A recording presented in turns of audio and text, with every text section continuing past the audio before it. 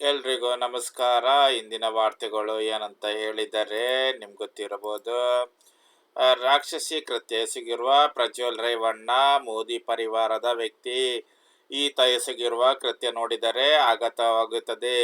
ಸಾವಿರಾರು ಮಹಿಳೆಯರ ಮೇಲೆ ಎಸಗಿರುವ ಕೃತ್ಯವನ್ನು ತಾನೇ ಚಿತ್ರೀಕರಣ ಮಾಡಿಕೊಂಡಿದ್ದಾನೆ. ಇದು ಲೈಂಗಿಕ ಹಗರಣವಲ್ಲ, ದೇಶದ ದೊಡ್ಡ ಅತ್ಯಾಚಾರ ಪ್ರಕರಣ ಎಂದು ಸುಪ್ರಿಯಾ ಶ್ರೀನಾಥೆ, ಎಐಸಿಸಿ ಮಾಧ್ಯಮ ಸಂವಹನ ವಿಭಾಗದ ಅಧ್ಯಕ್ಷೆ. ಅದೇ ರೀತಿ ವಿದೇಶಕ್ಕೆ ಹೋಗಲು ಪಾಸ್ಪೋರ್ಟ್ ವೀಸಾ ಕೊಡುವುದು ಕೇಂದ್ರ ಸರ್ಕಾರ. ಹೀಗಾಗಿ ಮುಂಚೆ ಯೋಜನೆ ರೂಪಿಸಿ ದೇವೇಗೌಡರು ಪ್ರಜ್ವಲನ್ನು ವಿದೇಶಕ್ಕೆ ಕಳುಹಿಸಿದ್ದಾರೆ. ಪ್ರಕರಣ ತನಿಖೆಗೆ ಎಸ್ಐಟಿ ರಚಿಸಿದ್ದೇವೆ. ತನಿಖಾ ವರದಿ ಬರಲಿ. ಯಾಕಿಷ್ಟು ಅವಸರ? ತನಿಖೆ ಬಳಿಕವೇ ಸತ್ಯ ಹೊರ ಬರುತ್ತದೆ ಎಂದು ಸಿದ್ದರಾಮಯ್ಯ ಸಿಎಂ ಹೇಳಿದ್ದಾರೆ. ಅದೇ ರೀತಿ ಡಿಕೆ ಶಿವಕುಮಾರ್ ಬಳಿ ಪೆನ್ ಡ್ರೈವ್ ಇದ್ದಿದ್ದರೆ ಇನ್ನೂ ಮುಂಚಿತವಾಗಿ ರಿಲೀಸ್ ಮಾಡಬಹುದಿತ್ತಲ್ಲವೇ?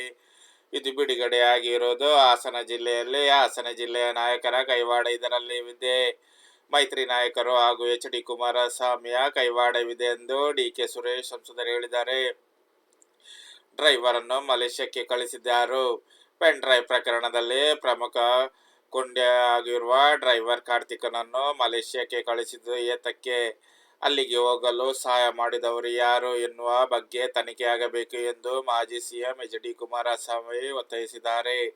ಸುದ್ದಿಗಾರರೊಂದಿಗೆ ಮಾತನಾಡಿ, ಪ್ರಕರಣದ ಹಿಂದೆ ಕಳಿಸಲು ಪ್ಲಾನ್ ಮಾಡಿದವರು ಯಾರು ಎಲ್ಲರೂ ಬಹಿರಂಗಗೊಳಿಸಲಿ ಎಂದು ಆಗ್ರಹಿಸಿದರು. ತಪ್ಪು ಮಾಡಿದವರಿಗೆ ಶಿಕ್ಷೆ ಆಗಬೇಕು ಎಂದು ನಾನು ಮೊದಲೇ ಹೇಳಿದ್ದೇನೆ.